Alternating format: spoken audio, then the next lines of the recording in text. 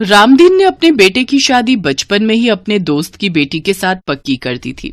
अब वो दोनों बड़े हो चुके थे और दोनों की शादी का दिन भी आ गया। लेकिन रामदीन की पत्नी कुंती को ये रिश्ता बिल्कुल भी पसंद नहीं था। अरे कहाँ मेरा पढ़ा लिखा बेटा और कहाँ वो गांव की गवार, लोग क्या कहेंगे। मुझे लोगों की परवाह नहीं है, मैंने एक बार अपनी जुबान दे दी तो अब मैं उससे पीछे नहीं हटूंगा। कुंती देवी की तरह आकाश को भी सोनम पसंद नहीं थी, लेकिन इन सब कश्मकश के बीच आखिरकार दोनों की शादी हुई जाती है। अपने सुहागरात वाले दिन जब सोनम आकाश को दूध का गिलास देती है तो वो उसे गुस्से में फेंक देता है और कहता है, देखो मुझे तुम में कोई इंटरेस्ट नहीं है, जबरदस्ती शादी हुई है हमारी। मेरे पापा ने जो गलती की है उसे मैं नहीं मानता। मेरी ऑलरेडी एक गर्लफ्रेंड है, करिश्मा।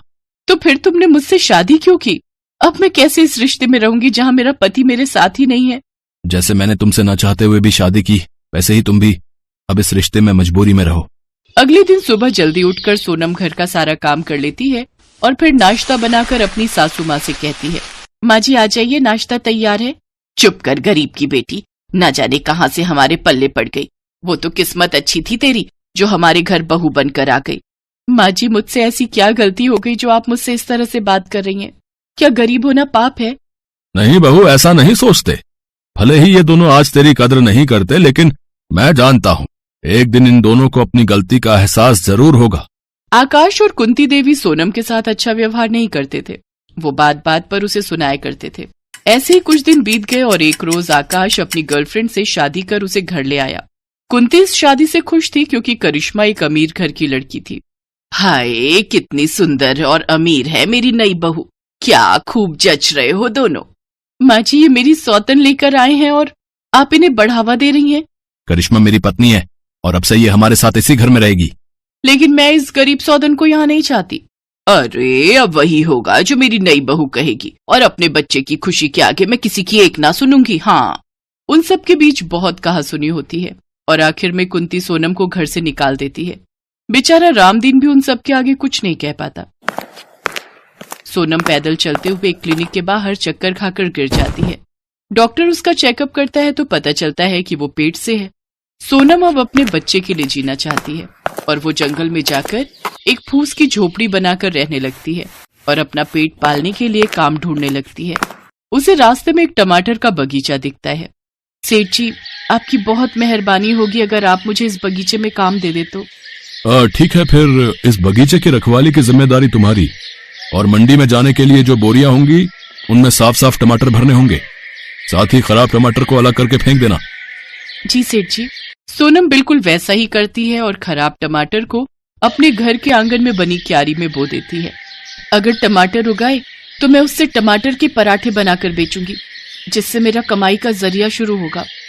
कुछ महीने बाद उसके आंगन में अच्छे खासे टमाटर उगाते हैं, जिसे वो आटे में गूंथकर पराठे बनाकर बेचने लगती है। सबसे पहले वो पराठे वो अपने सेठ जी को देती है, जो कि उसे बहुत स्वाद लगते हैं। सेठ जी सोनम के काम से बहुत खुश थे। कुछ देर बाद उसके ठेले पर ग्राहक आने शुरू हो जाते हैं। टमाटर के पराठे के साथ टमाटर की चटनी भी खाइए, आइए आइए, सिर्फ 50 रुपए में टमाटर का पराठा खाइए। 50 रुपए में इतना महंगा? बाजार में टमाटर भी तो कितने महंगे हैं बाबूजी, कुछ तो महंगा बेचना ही होगा। लेकिन मैं दावे के साथ कहती हूँ कि आप एक बार मेरे हाथ के टमाटर के पराठे और चटनी खाएंगे तो बार बार यहाँ आएंगे। ठीक है, लगा दो फिर एक प्लेट। सचमुच जब वो ग्राहक उस पराठे का स्वाद चखता है तो अपनी उंगलियां चाटता ही रह जाता है। सोनम के हाथों के पराठे का स्वाद ही कुछ ऐसा था कि जो एक बार खाता वो बार बार उसके ठेले पर जरूर आता, भले ही उसके पराठे महंगे क्यों ना हो। धीरे धीरे सोनम को अच्छी कमाई होने लगी। अब उसे 8वां महीना शुरू हो गया। एक रोज सेठ जी उससे कहने लगे, बेटी कब तक तुम इस हालत में काम करोगी? अब कुछ महीने आराम कर लो। नहीं सेठ जी, अब मेरा काम जम गया है और मेरे ग्राहक भी बन गए हैं। मैं उन्हें तोड़ना नहीं चाहती, बल्कि मैं सोच रही हूँ अब एक दुकान ले लूँ और उसी में काम करूँ। ठीक है, जैसी तुम्हारी मर्जी, लेकिन मैं तुम्हारी मदद के लिए 2 औरतें रख दूंगा जो तुम्हारा काम में हाथ बटाएंगी। उनको तनख्वाह मैं दे दूंगा और अब तुम इसके लिए मना नहीं करोगी बेटी। ठीक है सेठ जी, जैसा आपको ठीक लगे। सोनम अपनी एक दुकान खोल लेती है। साथ ही सेठ जी उसकी मदद के लिए 2 औरतें भी रख देते हैं। उसका काम अब और भी अच्छा चलने लगता है। कुछ दिन बाद सोनम एक बच्चे को जन्म देती है। ऐसे ही कुछ दिन बीत जाते हैं। एक रोज सोनम के ससुराल वाले उसकी दुकान में पराठे खाने आते हैं। उन्हें देख सोनम की आंखों में आंसू आ जाते हैं। पिताजी, सासू माँ, आप सब यहाँ?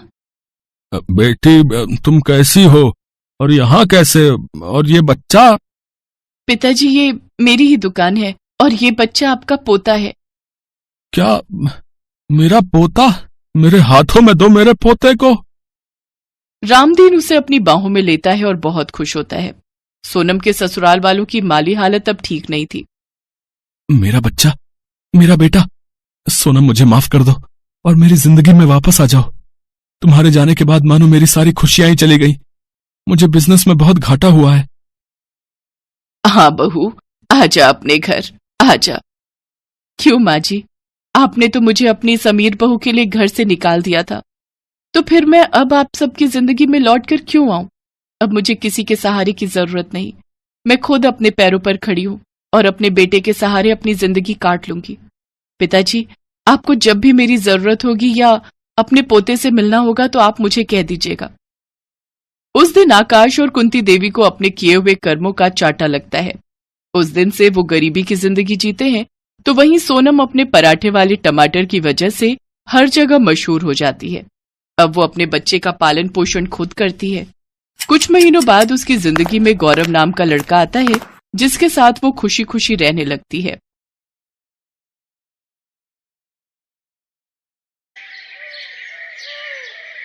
नागपुर शहर में आशा देवी अपने दो बेटों और बहुओं के साथ रहती थी। उनकी बड़ी बहू का नाम सुमन और छोटी बहू का नाम निधि था। आशा देवी स्वभाव की बहुत ही कंजूस थी, जिस वजह से उनकी दोनों बहुएं उनसे बहुत परेशान रहती थी। उनकी जॉइंट फैमिली थी, जिसमें हर छोटी बड़ी चीज का फैसला आशा देवी ही करती थी। उनकी मर्जी के बिना उस घर में एक पत्ता तक नहीं हिलता था। ऐसे ही एक दिन सुमन अपनी देवरानी से, ओफो, अब आज क्या बनाऊं खाने में? निधि, एक काम कर, सासू माँ से पूछ कर आ डिनर में क्या बनाए।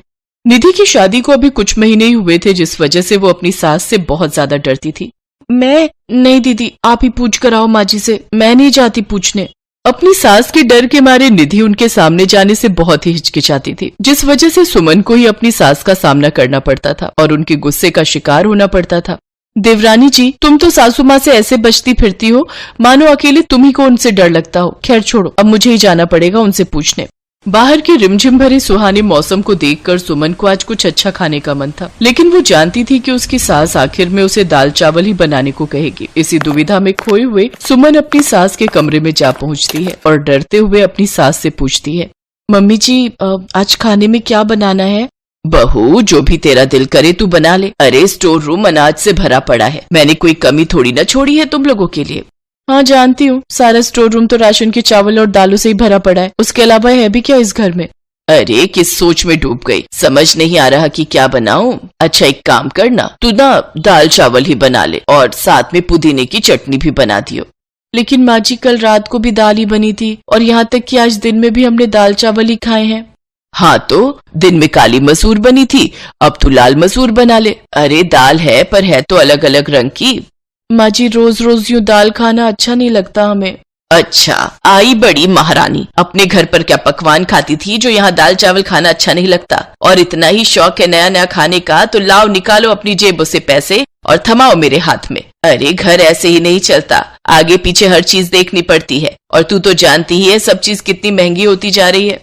अपनी सास की बातें सुनकर सुमन का चेहरा लटक जाता है, लेकिन उसके अंदर इतनी हिम्मत नहीं थी कि वो सास की बातों का जवाब दे सके। वो दुखी मन से रसोई में आती है और गुस्से में दाल निकालने लगती है। क्या हुआ जेठानी जी, आप इतने गुस्से में क्यों हो? देवरानी जी, मैं तो हमेशा ही गुस्से में रहती हूँ, लेकिन अफसोस कि मेरा गुस्सा कभी किसी पर निकल ही नहीं पाता। लेकिन हुआ क्या है जेठानी जी? होना क्या है, हमेशा दाल चावल ही खाओ, दिन में लाल दाल, रात को काली दाल, सुबह मिक्स दाल। ये दाल खा खाकर तो जिंदगी ही दाल बनकर फैल गई है। ये बात सुनकर निधि को बहुत हंसी आती है और वो चुपचाप एक तरफ चूल्हे पर दाल और एक चूल्हे पर चावल चढ़ा देती है। आशा देवी के घर में सुबह शाम हर वक्त बस दाल ही बनती रहती है। ऐसे ही कुछ दिन बीत जाते हैं।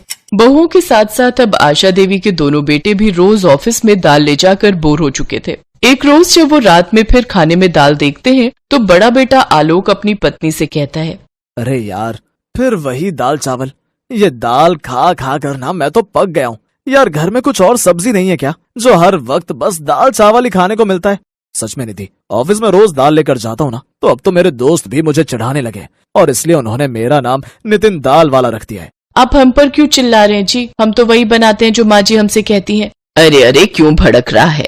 आखिर इस दाल में दिक्कत ही क्या है? और तुम दोनों को इतनी ही दिक्कत है तो तुम दोनों के ले जाने के लिए ये कल से सब्जी बना दिया करेगी। अपनी सास के मुंह से ये बात सुनते ही देवरानी जेठानी के चेहरे पर रौनक आ जाती है कि कम से कम अब घर में सब्जी तो बनेगी। अगली सुबह जब सुमन और निधि सब्जी बनाने के लिए फ्रिज खोलती है तो उसमें कोई सब्जी नजर नहीं आती। तभी सुमन जाकर अपनी सास से कहती है, माँ जी घर में तो कोई भी हरी सब्जी नहीं है, सामने बिरजू भैया की दुकान में सब्जी भी मिलती है, आप प्लीज जाकर ले आइए ना, मुझे इनके लिए सब्जी बनाकर पैक करनी है, दोनों भाइयों को ऑफिस के लिए लेट हो रहा है। सब्जी? अरे बहू मैं गई थी उसकी दुकान पर, लेकिन सब्जियों के रेट तो आसमान छू रहे हैं और वो मुआ बिरजू का बच्चा 1 रुपया तक कम करने को तैयार नहीं, इसलिए मैं सब्जी नहीं लाई। ये आलू 10 रुपए किलो मिल रहे थे तो यही आधा किलो ले आई हूँ, दोनों भाइयों के लिए बना दे। लेकिन माँ जी ये तो बहुत कम है, ये हम सबको पूरा नहीं होंगे।